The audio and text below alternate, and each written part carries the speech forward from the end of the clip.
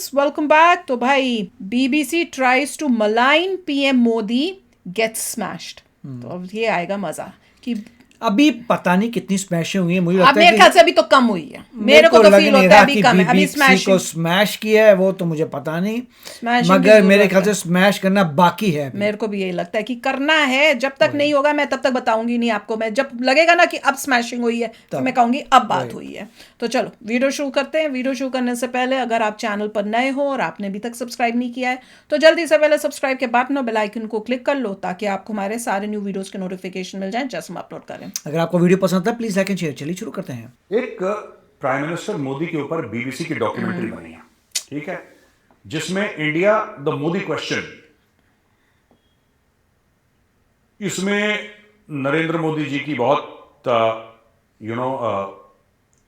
बुराई करी है, खास तौर से गुजरात के जो दंगे थे उसका रेफरेंस देके।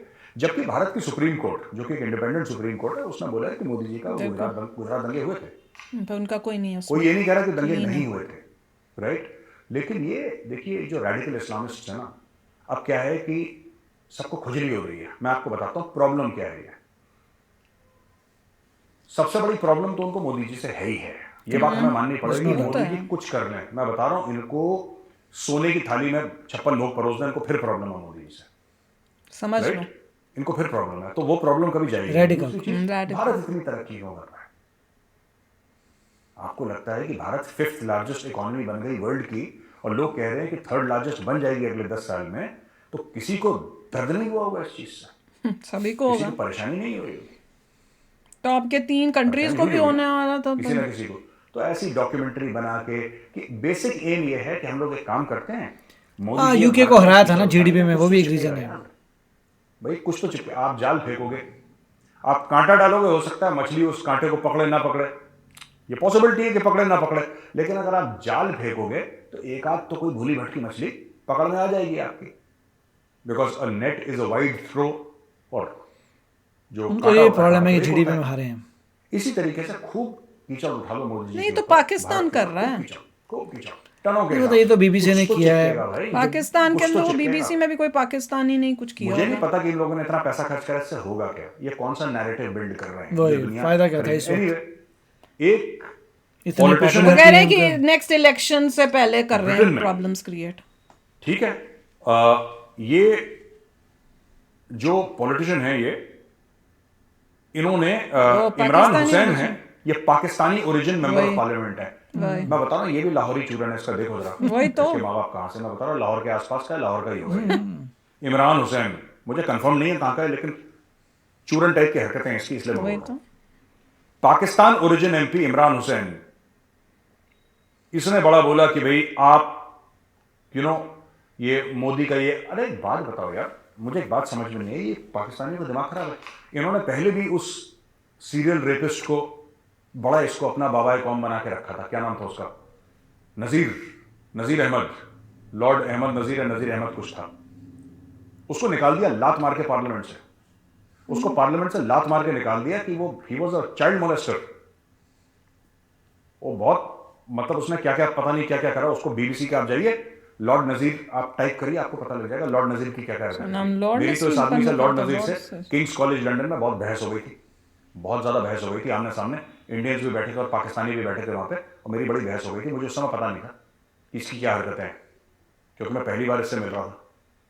अगर मुझे पता लग जाता कि इस बंदे की क्या हरकत है, मैं उसको सबके सामने वहीं पे एनकाउंटर हो जाता, इसका निपटा देता सबके सामने। इतना जलील करता लॉर्ड नजीर को, ये भाग जाता वहां पे, ये पाकिस्तान चला जाता वापस अपने गांव छुट्टी, ठीक है, 2-3 महीने में। जब, और जख्म जैसे जानवर चाटते हैं ना, जब जख्म लगता है तो ये जख्म अपने चाटता।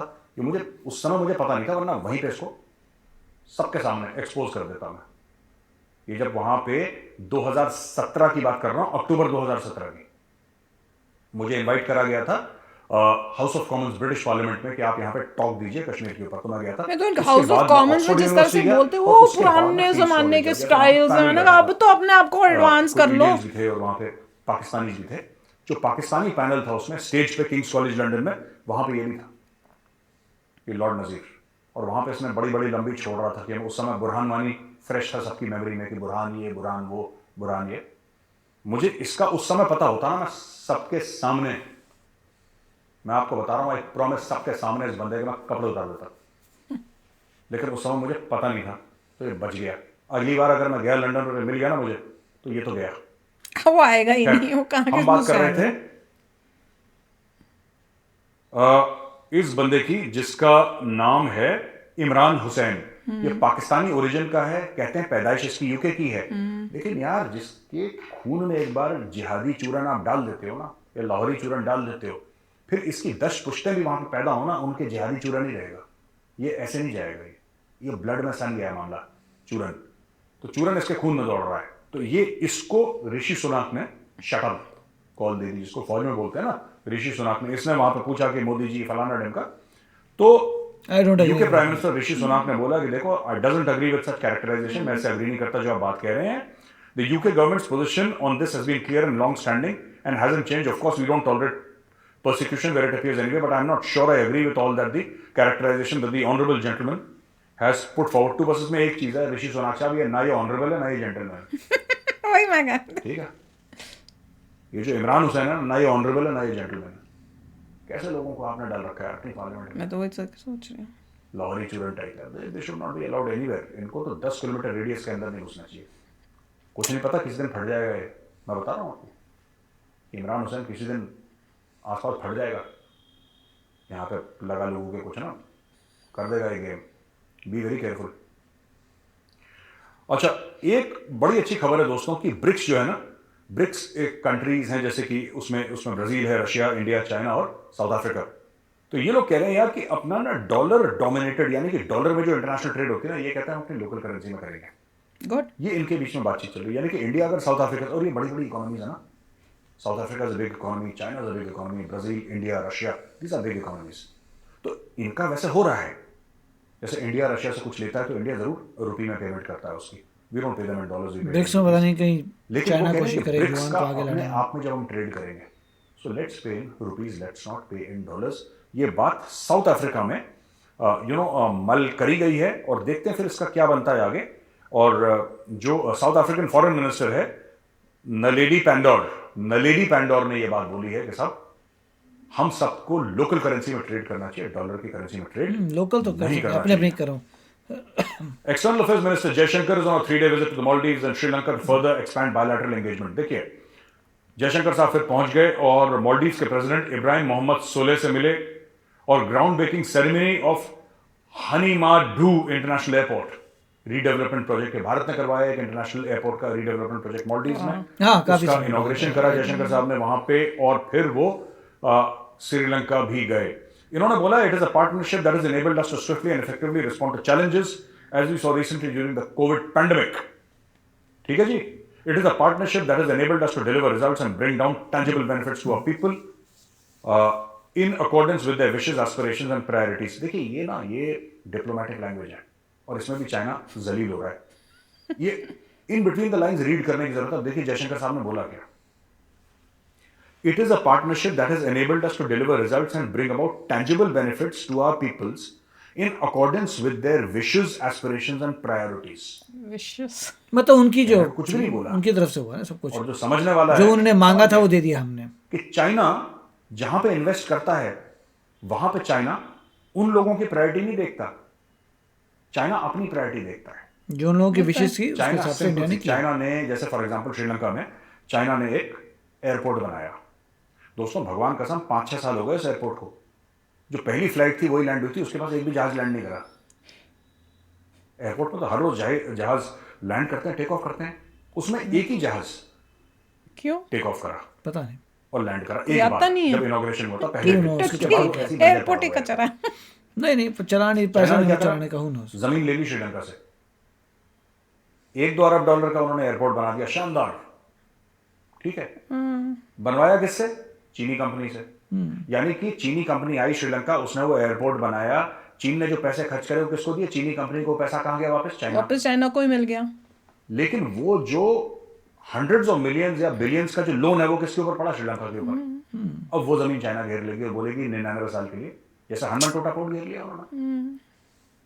तो इस तरीके के बहुत प्रोजेक्ट चाइना करता है। ये जो है ये एक, जिसको कहते हैं कि एक स्लैब है, जो डॉक्टर जयशंकर ने बोला, he is directly attack China, diplomatic तरीके से इन्होंने चाइना को अटैक कर। तो फ्रेंड्स वही है ना कि बीबीसी वाला जो न्यूज़ है उसने तो हर जगह पे पता है ऐसे ही वो आना चाहिए, हर चैनल को इस पे करना चाहिए और इसे क्रिटिसाइज करना चाहिए और बोलना चाहिए कि कोई स्ट्रिक्ट एक्शंस हो, और जब तक स्ट्रिक्ट एक्शन नहीं होंगे मुझे तो शांति नहीं मिलनी, क्योंकि अभी कुछ ऐसा स्ट्रिक्ट हुआ नहीं है। हाँ, वी नीड टू सी कि बीबीसी के ऊपर एक्शन हुआ हो, जिसने ये बनाई है उसके ऊपर कोई बहुत स्ट्रिक्ट एक्शन हुआ होना चाहिए।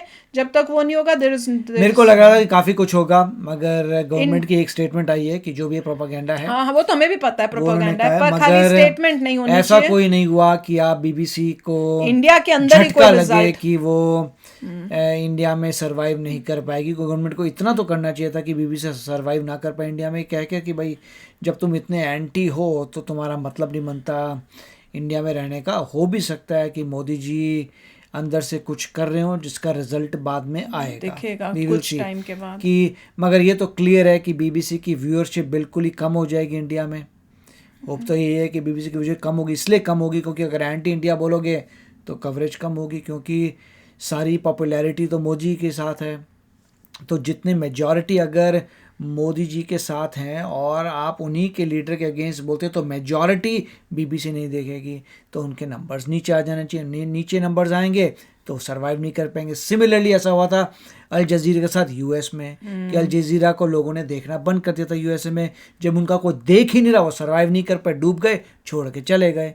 तो सिमिलरली ऐसा हो सकता है, देखेंगे क्या होता है। बट अभी तक स्मैश नहीं पब्लिक किया, को स्मार्ट होना चाहिए और भी कुछ करना चाहिए। नहीं पब्लिक को, जैसे यहाँ यूएसए में पब्लिक वो स्मार्ट हो, उन्होंने Yes. देखना बंद कर दिया। कोई Public गवर्नमेंट smart ने थी। तो बोला नहीं था, पब्लिक Correct. ने खुद ही किया और वो अब निकले हैं। वैसे ही इंडिया की पब्लिक को भी स्मार्ट होना चाहिए, जो अनफॉर्चुनेटली लगता नहीं, क्योंकि जिस तरह से पाकिस्तानी चैनल्स को देखा जाता है, हाँ, वो- जितनी उनको व्यूअरशिप मिल रही है, which is just mind blowing. आप इंडियन व्यूअरशिप देखो वर्सेस पाकिस्तानी व्यूअरशिप देखो, आपको शॉक लगेगा। तो उसी तरह से अगर करते रहे तो फिर कैसे, how can you वो तो answer उसका back to- एजुकेशन की प्रॉब्लम है। जैसे मैंने Exactly. कहा था नेक्स्ट जनरेशन पे होप है, we will see। तो वही है ना कि वैसे ही अगर हम करें तो कोई भी ऐसे चैनल्स रिपोर्टिंग करने की हिम्मत नहीं करेंगे। तो चलो फ्रेंड्स, आप भी शेयर करना अपने कमेंट्स। चलते हैं, मिलेंगे नेक्स्ट वीडियो में बहुत ही जल्द। Till then take care and bye bye. तो अगर आप मेरे इस चैनल पे नए हो तो जल्दी से सब्सक्राइब के बटन को हिट करो और बेल आइकन को क्लिक करो, ताकि आपको मेरा जब नया वीडियो मैं लगाऊं आपको उसके बारे में जल्दी से पता चल जाए।